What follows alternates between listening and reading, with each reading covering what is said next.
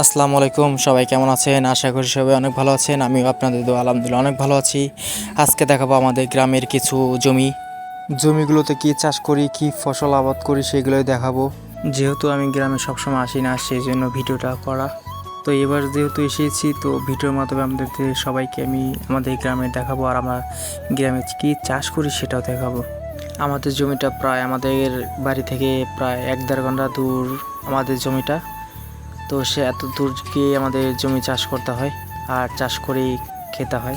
আর আমি ছোট থেকে দেখছি আমার দাদা, নানা, আমার বাপ, আমার ভাই সবাই মিলেই এত দূর গিয়েই আমরা জমি চাষ করে ফসল আবাদ করে। তো প্রায় অনেক বছর ধরে আমি দেখি না, প্রায় এই রোজা ঈদের এই বাড়িতে চলে আসলাম। তো সেই জন্য ভাবলাম যে আমাদের জমিটা দেখিয়ে দিই। মেন উদ্দেশ্যটা হলো আমাদের জমি দেখানো। সেই জন্য ভাবলাম বাসায় যেহেতু বসে আছি, বসে থেকে কী হবে, আমাদের জমিটা দেখিয়ে দিই আর কি চাষ করি সেটাও দেখিয়ে দিই। তাহলে আমার সময়টা পার হয়ে যাবে, সঙ্গে একটা ভিডিও করা হবে। ভিডিও করা একদমই ইচ্ছে ছিল না, তো ভাবলাম যেহেতু ছুটি পেয়েছি 7-8 দিন, তো এই কয়েকদিন বসে থেকে কী হবে, গ্রামে থাকার অনুভূতি কেমন সেটা আমি বাড়িতে এসেই বুঝতে পারলাম। আর যারা বা দেশের বাইরে থাকে তারা তো কখনোই বুঝতে পারছে না, যেহেতু গ্রামে থাকার ফিলিংসটা অন্যরকম। তো ভাবছিলাম এই ফিলিংসটা নেওয়ার জন্য আমি ভিডিও করে আপনাদের যদি দেখাই, আপনাদের ভিতরেও কিছু অনুভূতি জাগবে।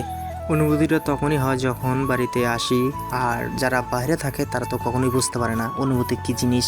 আমার বন্ধু আর বড় ভাইরা দেশের বাইরে থাকে, হয়তো বা তারা গ্রামটাকে দেখে অনেক মিস করছে।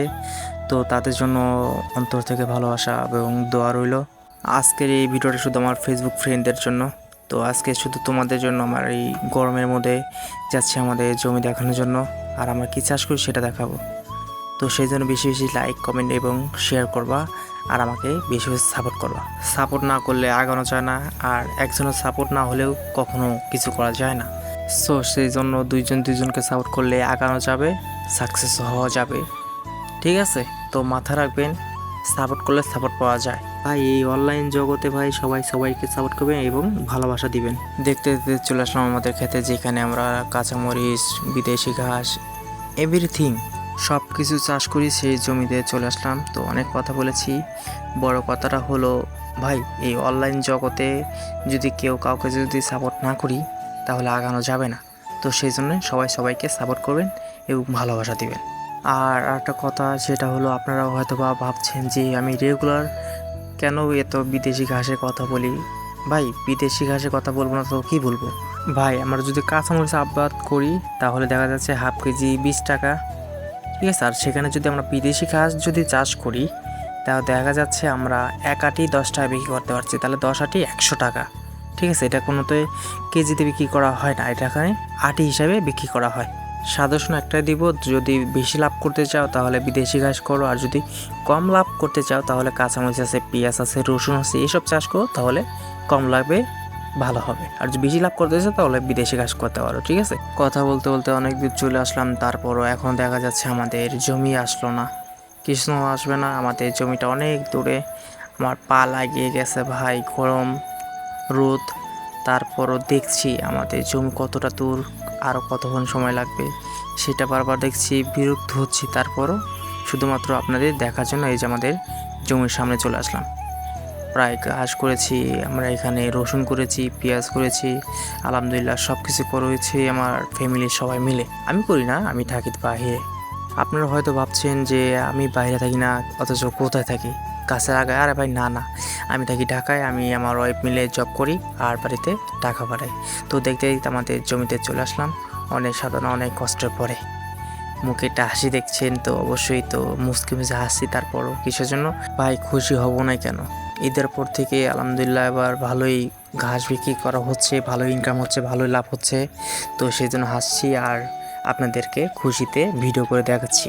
কারণ ভিডিও করে দেখাচ্ছি কিসের জন্য, এগুলো কেটে ফেলা হবে কালকে, যেহেতু এইসব বিক্রি করা হচ্ছে। তো এই জন্যই শেষ ঘাসগুলোর ভিডিও করে দেখাচ্ছি, যাতে আপনারা দেখতে পারেন আর আপনিও দেখতে পারি। মাশাল্লাহ মাশাল্লাহ, এত সুন্দর ঘাস হয়েছে, এত বড় হয়েছে। যদি আপনারা আমার বাড়িতে আপাতে গ্রামে যদি আসে দেখেন তাহলে ভাবতেও পারবেন না যে এত সুন্দর ঘাস হয়েছে। পারছি না ভিডিও করে দেখাতে। আর এগুলো কেটে ফেলা হয়েছে প্রায় 1 সপ্তাহ আগে। আর এই পাশেগুলো কাটানো হয়নি, তো এইগুলো তো বিক্রি করা হয়েছে, তো আজকে বা কালকে কেটে ফেলা হবে, ঠিক আছে। আর এই পাশে দেখা যাচ্ছে কলা গাছ, এই কলা গাছগুলো অন্য জায়গা থেকে ছোট ছোট গাছ এনে লাগানো হয়েছে, মাশাআল্লাহ এখনও অনেক বড় হয়ে গেছে কলা গাছগুলো। তো আর 1-2-3 মাস পরে কলা ধরবে ভালোই। তো দেখাচ্ছি আমাদের বিদেশি গাছগুলো কেটে ফেলা হয়েছিল, তো অনেক ছোট ছোট হয়েছে, প্রায় 8-10 দিন হবে, তারপরও অনেক দেখেন অনেক তাড়াতাড়ি বড় হয়ে যায়। একটা কথা, এই গাছগুলো কিন্তু অনেক দেরি সময় লাগে না, খুব তাড়াতাড়ি বড় হয়ে যায় এই বিদেশি ঘাসগুলো। তো সেই জন্য আমাদের এই উত্তরবঙ্গে সবচেয়ে বেশি বিখ্যাত এই ঘাস, বিদেশি ঘাসগুলোই করে থাকে সবাই।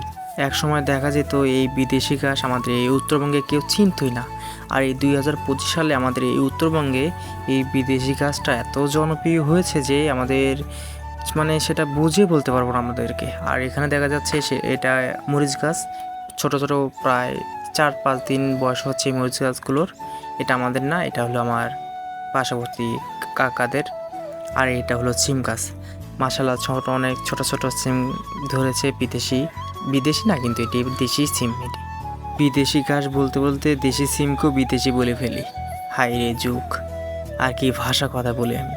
আমার একটা সমস্যা আছে, সেটা হলো আমি গুছিয়ে কথা বলতে পারি না, এটা আমার সবচেয়ে সমস্যা। আর আমার আশেপাশে যে কাঁচামরিচগুলো দেখছেন সেটা হলো আমাদের চাচা, গ্রামের পার্শ্ববর্তী এলাকার চাচা এইসব কাজ করেছে। তো আমার চাচারা শুধু মরিচ খ্যাতি করে আর কিছু করে না। এটা আমার বাগান, এটা হলো হিন্দুদের কলা বাগান, আমরা করিনি আর চিনি না এটা কোন কাকাদের কলা বাগান, ঠিক আছে। তো দেখছি আমাদের গ্রামটা মাশাআল্লাহ ভালোই, সবজি সবাই করে কম বেশ, খালি একমাত্র আমরা খালি করি বিদেশি ঘাসের চাষ। আপনারাও যদি বিদেশি ঘাস করতে চান তাহলে আমাকে কমেন্টে জানাতে পারেন কে কে বিদেশি ঘাসের বীজ লাগবে, সেটা আমি জানিয়ে দেবো, কেমন। আর একটা কথা, আমার যদি কথাতে কোনো ভুল হয়ে থাকে তাহলে আমাকে ক্ষমা দৃষ্টিকে দেখবেন, আর আমার যদি কোনো ভুল পেয়ে থাকেন সেটা আমাকে কমেন্টে জানাবেন, ঠিক আছে। তো আজকের মতো এই পর্যন্তই, দেখা হবে অন্য কোনো দিন। তো আজকের মতো ভালো থাকবেন সবাই, সুস্থ থাকবেন, আল্লাহ হাফেজ।